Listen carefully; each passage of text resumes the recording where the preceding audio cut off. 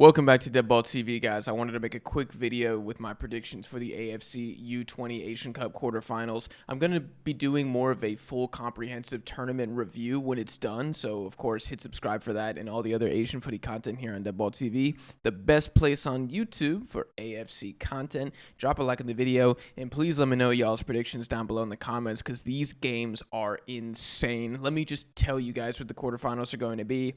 China versus Saudi Arabia, Australia versus Iraq, Iran versus Japan, and South Korea versus Uzbekistan. And can we all admit that if this was a senior Asian Cup, this would maybe be the greatest string of quarterfinals matches possibly ever. Like, I just cannot believe how stacked this quarterfinals is, even at the U20 level. And I'm just going to say, I'll, of course, give you guys my predictions and a quick analysis of the 8 teams still alive, trying to qualify for the U20 World Cup.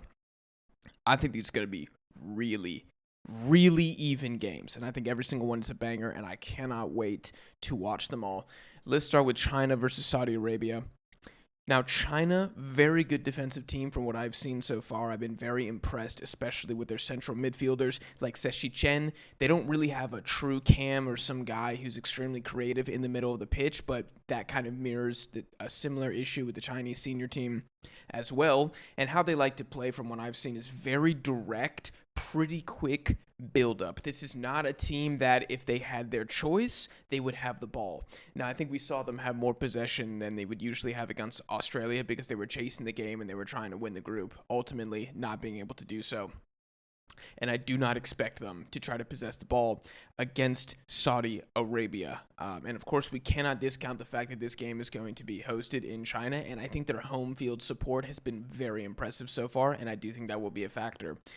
Now, the Saudis, kind of a mixed bag in the group stage. I think they got pretty lucky against Jordan. Don't really feel like they deserve to walk away from that game with the 3 points. They lose to Iraq from a direct free kick, and outside of that, I feel like Iraq had ample opportunities to win that game by even more points, but at the same time, the Saudis, especially Talal, their striker, missed, probably 3 sitters in that game. And then against North Korea, I really don't know what North Korea is doing at the end of the game, but Saudi Arabia ends up scoring the winner late in the game, and they win 2-1, and they end up winning the group, which is insane. I think of the group winners, Saudi Arabia is hands down the weakest team. I don't even think it's close. I have been very impressed with Mohamed Barnawi, their center back and their captain. The rest of the team, pretty mid. I think it's a very mid team. But I'm not sure if they have any massive weaknesses that this particular Chinese national team can exploit, namely having awful outside fullbacks. I mean, this Saudi team against Iraq and Jordan, they were just getting beat for fun. Like, there's not a lot of quality here. And personally, let me interject, I don't want to see these guys at the U20 World Cup because they're going to get massacred if they go. Not that China's going to ball out, but I do think that at least China's a bit more of a solid team. Now, as unimpressive as Saudi Arabia has been, they still do generate a high volume of chances. They just can't score, much like the senior team. So for me, the main key here is going to be which goalkeeper makes fewer mistakes. Period. Simple. That will decide this match. I'm fully confident. And I think the overall quality of goalkeeping at this tournament has been abysmal. It's been trash, like honestly embarrassing for the Federation. Outside of Iraq and Iran, maybe Australia as well, I haven't seen anything of quality in this tournament. It is really, really bad and concerning, which will probably be a problem more at the U20 World Cup. And I do rate the Saudi goalkeeper more than Kiwi Liu, the Chinese goalkeeper. I think he's been pretty bad. But at the end of the day, my prediction, I think China is going to win. I have China winning by 1 goal. I don't really see China keeping a clean sheet here because I do not rate their goalkeeper at all. So maybe like a 2-1, something like that. Moving on to Australia versus Iraq. This one is very, very tough. I think Australia, as a team, played way better offensive football than I could have ever imagined. I did not see them scoring 10 goals in the group stage ever, being the second highest scoring team so far. But they did it. And I think they looked really strong against particularly Qatar and Kyrgyzstan. But Kyrgyzstan was the worst team, maybe outside of Yemen, at this U20 Asian Cup. And Qatar's defense was pretty bad. Against China, the only other decent team that they had to play, Australia looked kind of average. Not bad, but certainly not very good. And Iraq are pretty solid. Now, Iraq, this is hilarious. This is, you cannot make this up.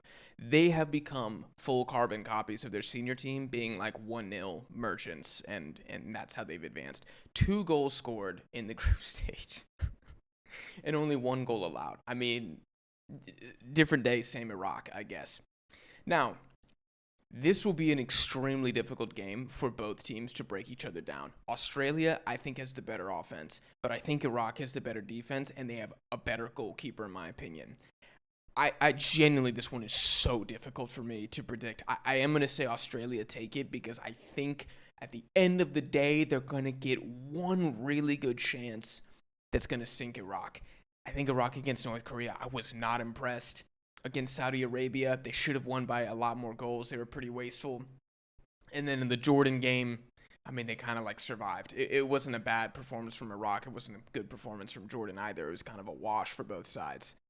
Much like it was in the senior team when they played in qualifying. So I think Australia are going to win this one, again, by 1 goal. I'm going to say the final score is 1-0. That's what I think we're going to see here. If Iraq concede 2, I will be shocked. I'll just put it that way. Moving on, Iran versus Japan. Iran were probably the best-looking team from the group stage. And if it wasn't Iran, it was either Australia or it was Uzbekistan. And I know I can hear the Iranians saying, Jack, how could you possibly say that, you idiot? We just beat Uzbekistan with our B team. They suck. We're so good. Hold on a sec. Let's not ignore the fact that both of Iran's goals were insanely terrible goalkeeping howlers. Let's not act like tactically Iran just ran over Uzbekistan. That is not what happened. I encourage you to actually watch the game instead of just check the box score. But Iran still won, and it was still a good performance. And they still are pretty stacked as a team. And this is a rough matchup for Japan. I don't really know how they're going to stop Iran's attack, which was the top scoring attack in the group stage with 11 goals, led by Ismail Golizadeh, who I think had 4 GA, maybe even 5. Ridiculous, man. In Iran's fullbacks are hands down the best in the tournament. I like Iraq's as well, but Iran's guys out wide are very, very strong. And I felt like against Uzbekistan, with a rotated team, they still did pretty well to not surrender any really good chances. Maybe like 2 or 3. One was scored, and the other 2 were saved. Very impressive saves from their goalkeeper, who I would say has been the best of the tournament so far.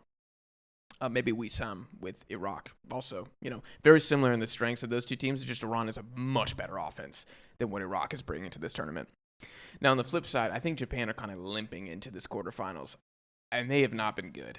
Like, yeah, they beat Thailand, but even in that game, despite the 3-0, it wasn't a great game. Then they tie Syria. That one was a bit lucky, perhaps, for the Syrians. Another goalkeeping mistake for the Japanese. And then against a South Korea that doesn't really care that much. It's a 1-1 draw and maybe 3 really good opportunities for Japan to win it. And they failed to do so, and they have a defensive mistake on the other end, and Korea ties it up at the death. I mean, if you're Japanese, are you really confident going into this game? Because I'll say right now, I think Iran are going to win. I'm kind of feeling like a 3-2, 2-1, something like that. Could even be as much as 3-1. I don't really feel that comfortable about this Japanese back line. I think the goalkeeper is okay. I don't think there's going to be a lot of goalkeeping mistakes in this game. But I'm just wondering, are they going to be clinical? Because they really haven't been up to this point. Iran have been clinical, extremely clinical. So unless Iran just falls off a cliff and becomes a different team, Iran are going to win this game, and I think it's going to be pretty decisive. And I know many will be surprised to hear that because you think I'm a Japanese simp, and I am a Japanese simp, but I got to face the facts. I don't see the Samurai Blue winning this game, which means I do not think they're going to go to the U20 World Cup. That's just how it is. They have not deserved to be labeled as the favorites based on how both teams have played in this tournament. No way. South Korea versus Uzbekistan. South Korea, another Asian giant that I feel like has been underwhelming, but they certainly had a better group stage than Japan. But even South Korea, kind of beatable. I felt like in the Thailand game when they won, they pretty much won because they're bigger and they just crossed a lot. That ain't going to happen against Uzbekistan. Like, we know this about the Southeast Asian teams. They lack size. They lack goalkeepers who are really confident in the air. That's not going to be Uzbekistan. I'm sorry. So outside of that, how are you going to score? Because against Japan, how you scored is the center back has two howlers in a 5-second time span, and it's a good shot, albeit it's a good shot that ends up making it 1-1. But Uzbekistan are solid. I'll transition to the White Wolves now.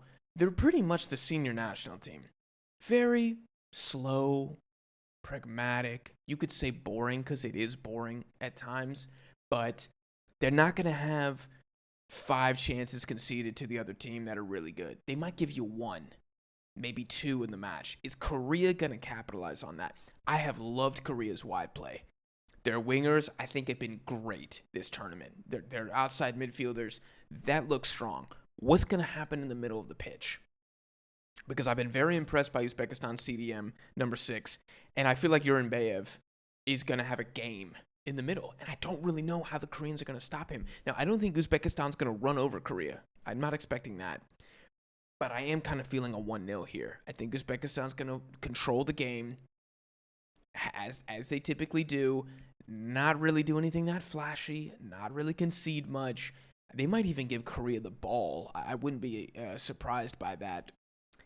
And at the end of the day, I think they're bringing a better team to this game. I think the Uzbek U20 is more talented than the South Korean U20. So I think they're going to win, which means I have both teams from Group A and both teams from Group C advancing to the semifinals, which would be mental. That would have Australia, Iran, Uzbekistan, and China as Asia's U20 representatives at the next World Cup. Some of you guys might think, oh, that's stinky, that sucks.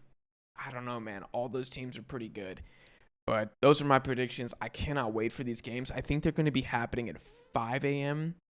and 8 a.m. Buenos Aires time. So I will not be able to watch the Iran game live, and I can't watch the China-Saudi Arabia game live. I'm going to try my best to do maybe a semifinal watch-along or a final watch-along. Just depends what day it is and what time. Maybe if enough of you guys want to see a Uzbekistan-South Korea watch-along, let me know in the comments, and I can try to accommodate something like that. But anyways, like I said, I'll do a full tournament recap because I have a lot more to say once it's done. I hope you guys enjoyed this video. If you did, hit subscribe for more Asian footy content here, including more U20 Asian Cup content on Deadball TV. Follow me on social media. Links in the description. Let me know your predictions, and I'll see you guys in the next one.